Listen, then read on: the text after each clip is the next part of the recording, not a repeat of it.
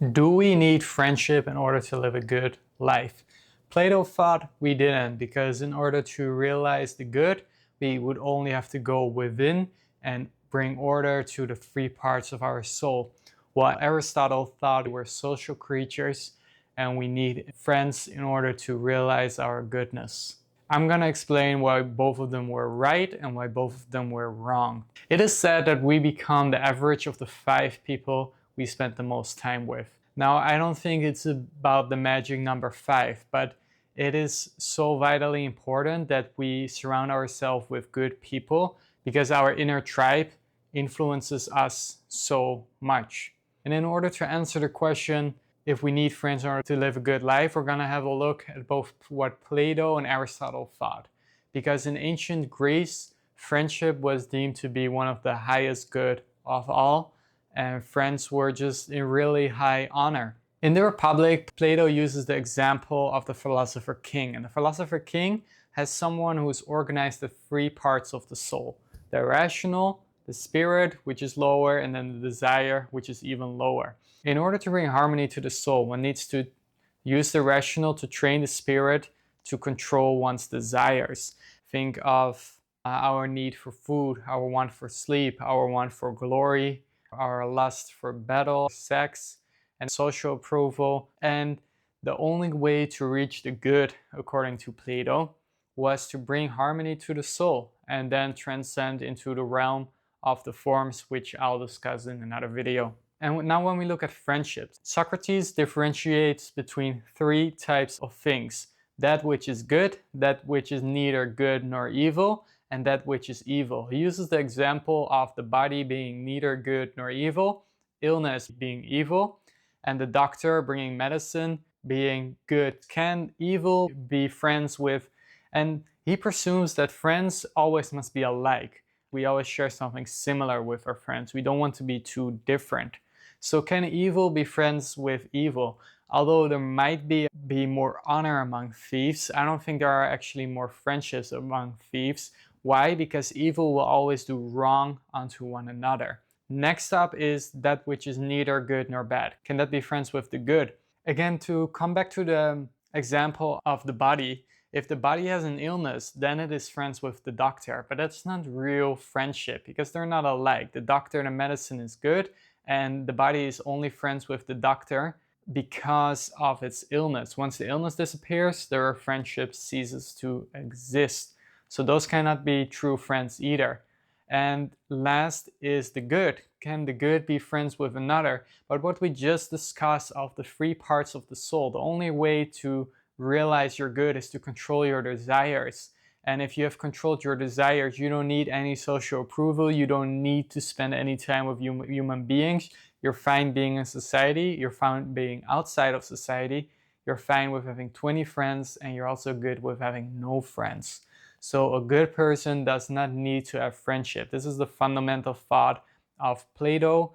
We don't need friends in order to realize the good. Aristotle, however, as a reaction to Plato, thought something different. He thought that being human means to be inherently a social creature, which means to have an affinity towards one's family, one's friends, and one's country. And when it comes to friendships, we need to have friends, according to Aristotle, because the goal of life is to reach eudaimonia, is what he called it, to live a flourishing life, i.e. live a good life. And we would attribute a good life to someone who has good people around it, and not only strangers. So that is why, according to Aristotle, we need friends. And there is another reason. He differentiates between 3 types of friendship.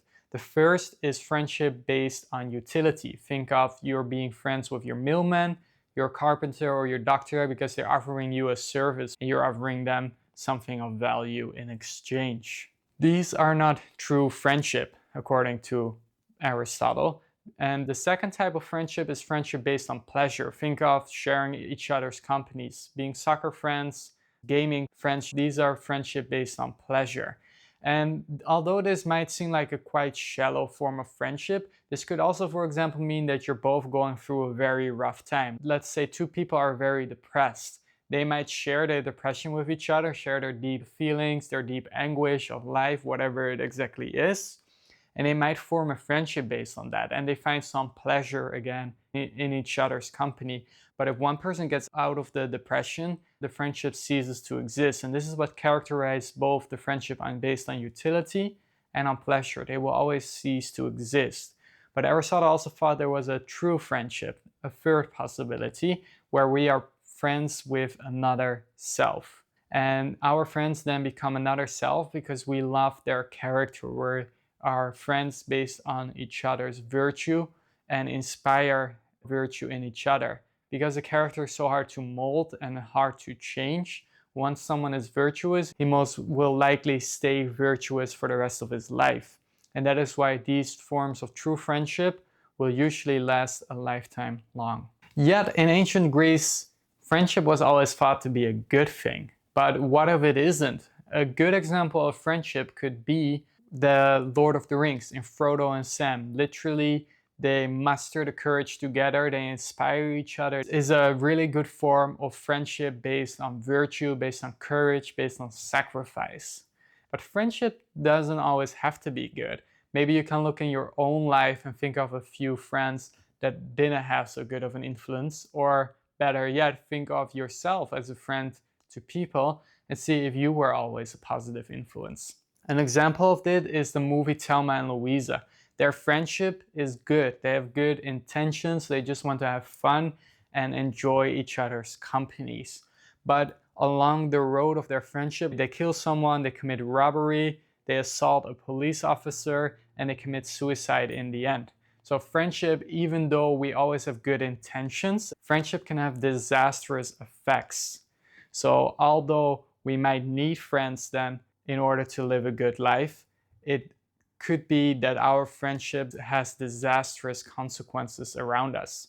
And Aristotle thought that the good was just purely something internal. He had a very vague definition of the good, unlike Plato, who thought it was something in the external world. So this would plead for Plato being more right, that we don't need friends in order to live a good life.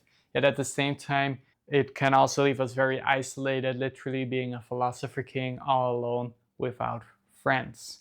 What do you think? So friendship isn't always a good thing, but it does shape us who we are, which makes it very powerful and very risky.